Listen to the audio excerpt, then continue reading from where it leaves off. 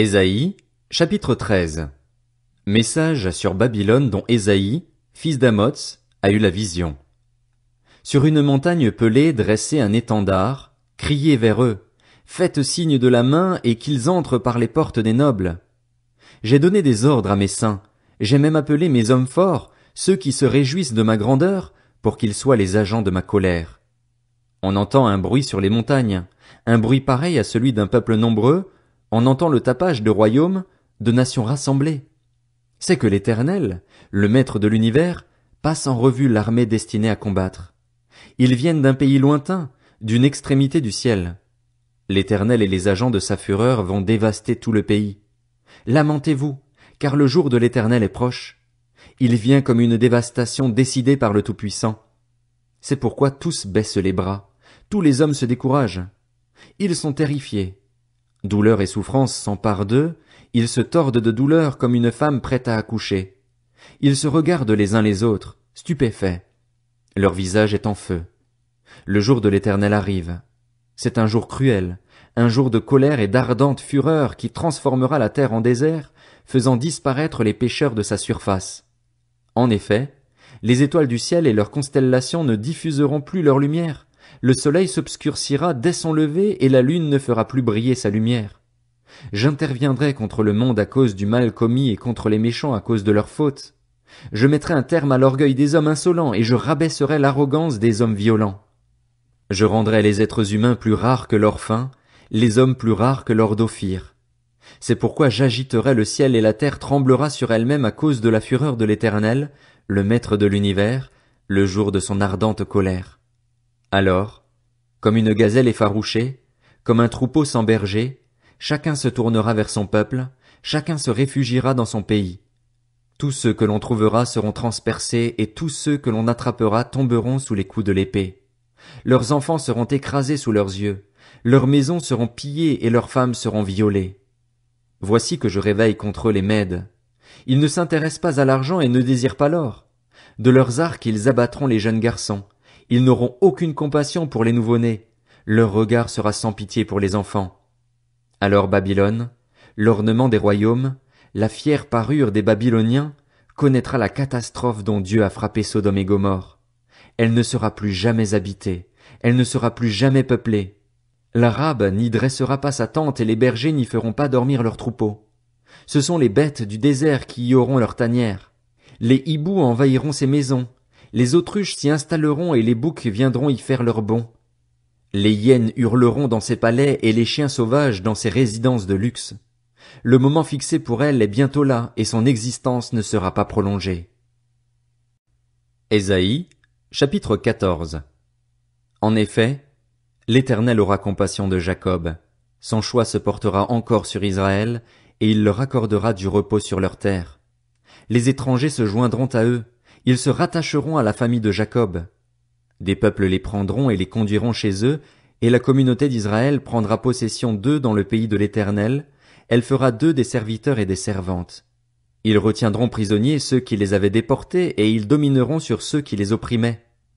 Le jour où l'Éternel t'aura donné du repos, après tant de souffrance et d'agitation, après le dur esclavage qui t'a été imposé, tu entonneras ce chant satirique sur le roi de Babylone, tu diras: Comment? L'oppresseur n'est plus là. La dictature a pris fin. L'Éternel a brisé le bâton des méchants, le gourdin des dominateurs. Celui qui dans sa fureur frappait des peuples à coups ininterrompus, celui qui dans sa colère écrasait des nations par sa domination est poursuivi sans répit.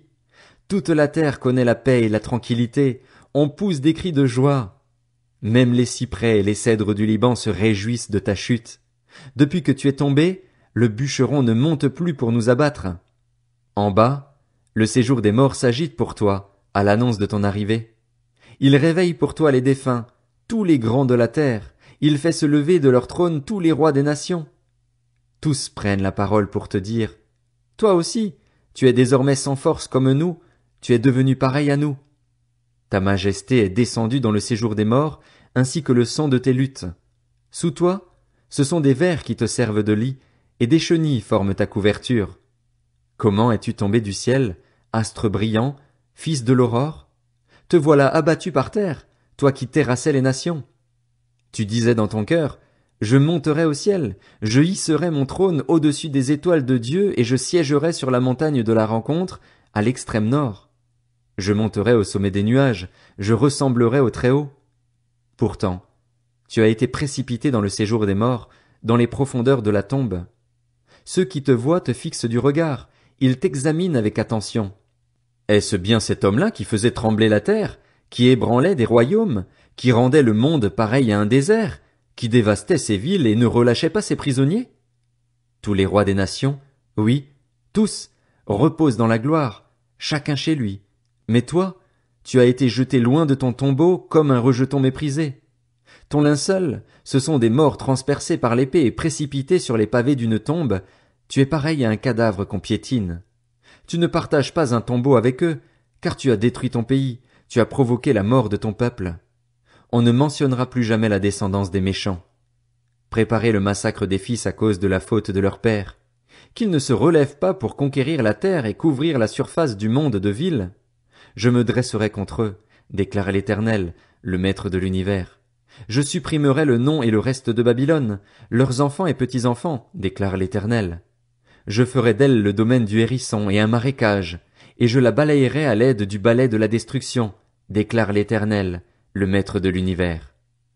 L'Éternel, le Maître de l'univers, en a fait le serment.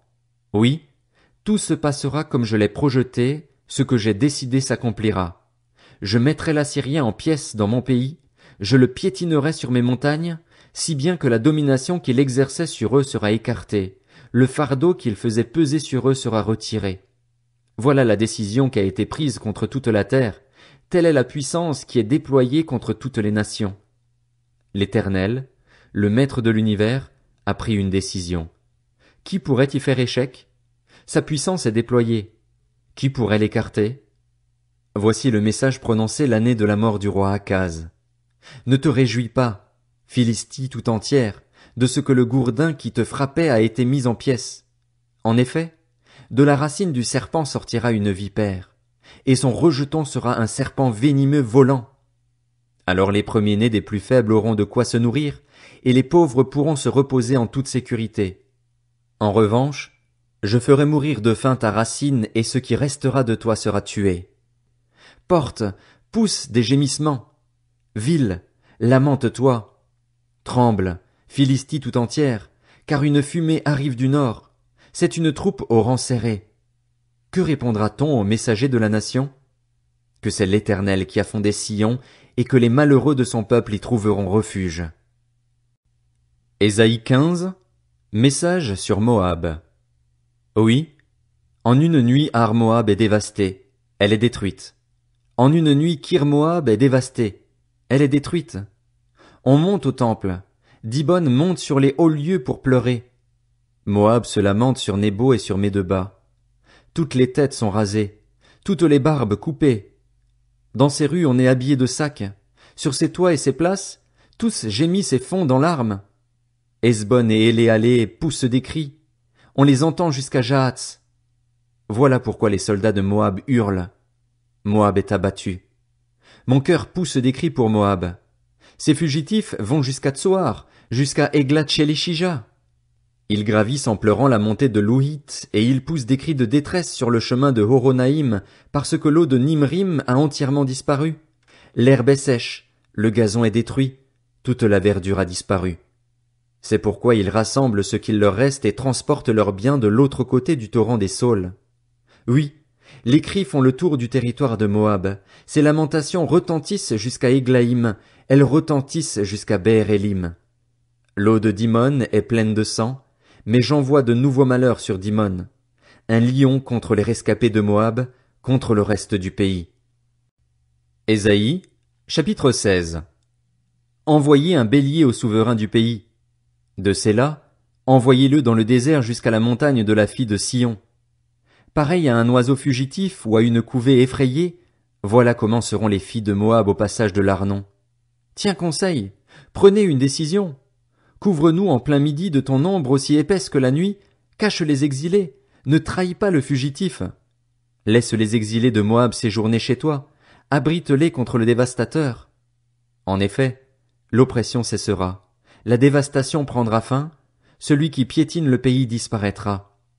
Le trône s'affermira par la bonté et sur lui, dans la tente de David, on verra siéger en toute vérité un juge soucieux du droit et zélé pour rendre la justice.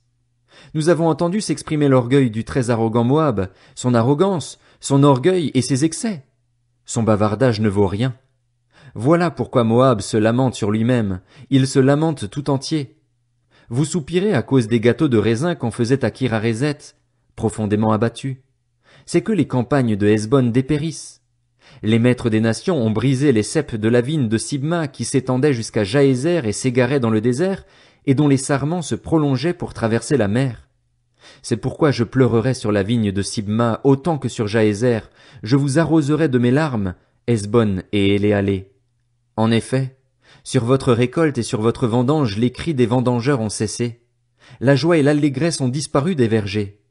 Dans les vignes, plus de chants, plus de réjouissance. Le vendangeur ne presse plus le raisin dans les cuves. J'ai fait cesser les cris de joie. Voilà pourquoi je vibre intérieurement pour Moab, pareil à une harpe, je suis profondément ému pour Kir-Hares. Moab se présente, il se fatigue sur les hauts lieux. Il entre dans son sanctuaire pour prier, mais il ne peut rien obtenir. Telle est la parole que l'Éternel a prononcée depuis longtemps à l'intention de Moab. Et maintenant, voici ce que dit l'Éternel. Dans 3 ans, comptez aussi précisément que les années d'un salarié, la gloire de Moab sera un objet de mépris, malgré toute sa population. Il n'en restera pas grand-chose, presque rien.